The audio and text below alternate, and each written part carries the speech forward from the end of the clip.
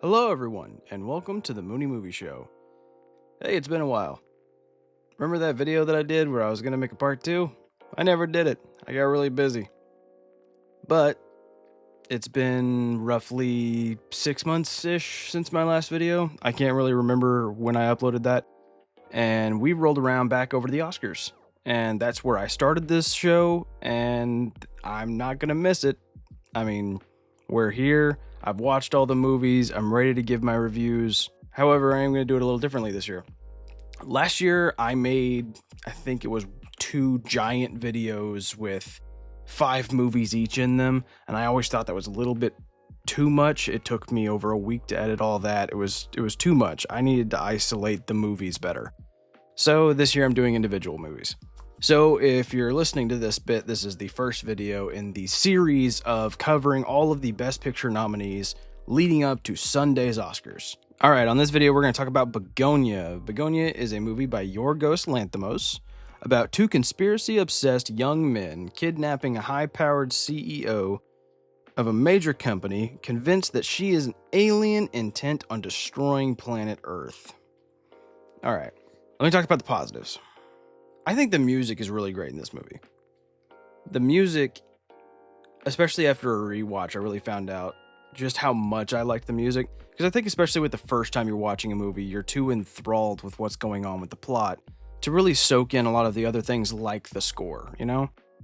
Unless the score is just so prevalent in the story. Now, with Bugonia, I think I kind of noticed it at first, my first go-around watching it, but really it was my second time watching it that I realized just how powerful the music is in this movie. The way it conveys the scenes is something that you want in every movie you see, but so rarely is it done this well. It's one of my favorite parts of this movie. Another great thing, the performances. It's the best part about this movie is the performances. Emma Stone reminds everyone once again what an Oscar caliber actress looks like on screen. She is phenomenal. I could go through a laundry list of movies that I have seen her in over the past 20 years, but so could everybody else. I mean, she really has just become a household name, and honestly, one of the more rare achievements nowadays is becoming a household name like that, where across the board, doesn't really matter what generation you are, almost everybody knows who Emma Stone is now. 15 to 20 years ago, I don't think it was as big of an accomplishment to reach that status.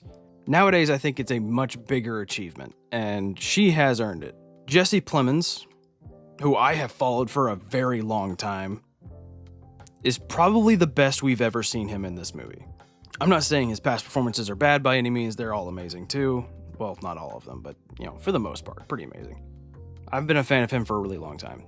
He's one of those actors that got his big break with the Friday Night Lights show, like Michael B. Jordan.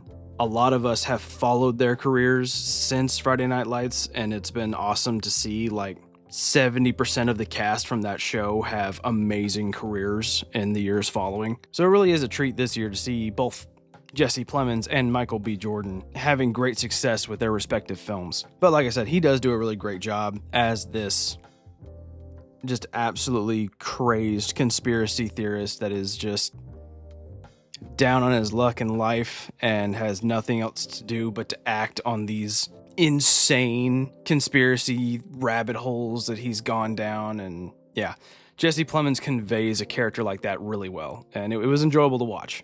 The plot of this movie, I think, is extremely thrilling. I really was on the edge of my seat for most of the movie. I thought the story was enthralling. It was almost like a spiritual sequel to Misery, I think I remember saying when we were finished watching the movie. Said something along the lines of that. And I really thought the movie did great in that aspect of following this girl as she's stuck in these guys' basements, really just trying to talk her way out of this impossible situation.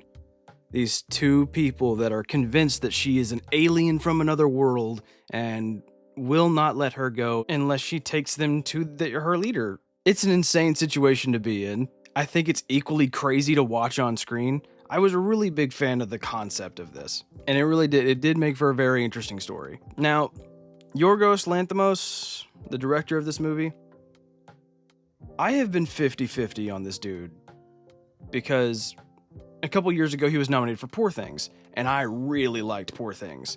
It was one of my surprise movies of that year because I kind of went into it expecting a movie that was just kind of meh, and when I watched it, I ended up liking it way more than I thought I would. The following year, however, he had that movie Kinds of Kindness come out.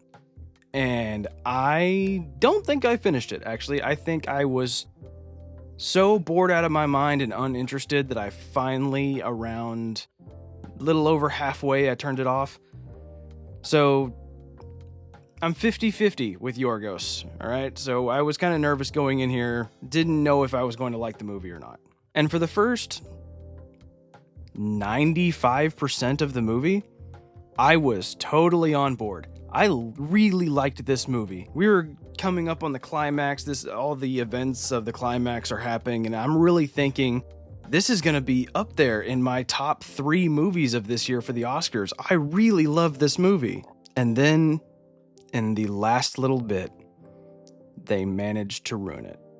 This is the part of the video where I'm going to go into a little bit of spoilers, so just watch at your own risk. I don't know how else to explain my problems with this movie without getting into spoilers, because all of my problems involve the last 5 to 10 minutes of the movie. So you have been warned. I'm going into spoilers now. I hated the ending. I hated that she turned out to be an alien the whole time. I really thought I understood what this movie was trying to say. I thought I got the underlying themes and concepts that it was trying to tell the audience or convey to the audience. I really thought I was on board with everything.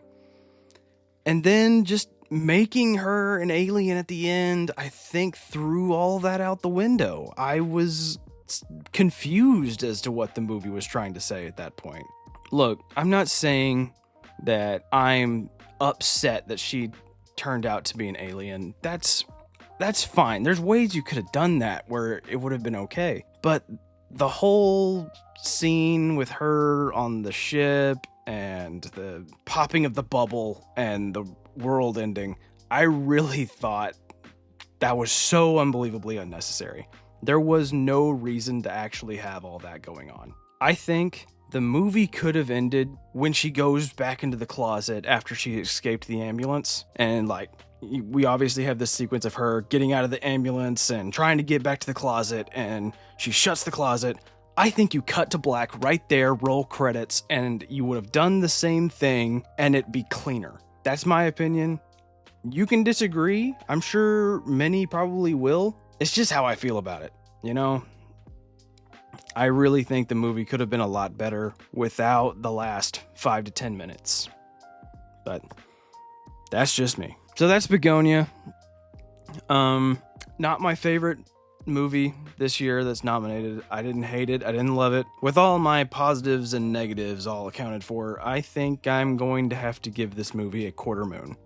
Which really sucks because through most of the movie, I was liking it a lot. It was probably going to get at least a gibbous, maybe even a full, because I was really liking this movie. Like I said, I was really digging this movie for the vast majority of the runtime. I was liking this movie. But the ending just crashed and burned so hard that I just walked away sour. I still think it's a good movie. I can appreciate it. I've now watched it twice, and I still find it entertaining. I do think it's a good movie. I can't give it a crescent. It's a better movie than that. And honestly, maybe I'm even being a little harsh giving it a quarter moon, but the ending really just left me with such a sour taste in my mouth. I'll probably never watch this movie again. Not a bad movie, but not as good as it could have been. Quarter moon. Watch it if you feel like. And this is just one movie that we're going to be going over in our Oscars series this year. Feel free to check the rest out. If you've liked this video, move on to the next one. I think we're going to try to have all 10 of them out by Sunday of the Oscars. So if maybe you're somebody who's interested in watching the Oscars, but not totally interested in watching all the movies, come back around. Listen to my reviews of all of them, and I'd appreciate it. And do all the like, comment, subscribe stuff if you want. But until then, guys, this has been the Moony Movie Show. Have a good one.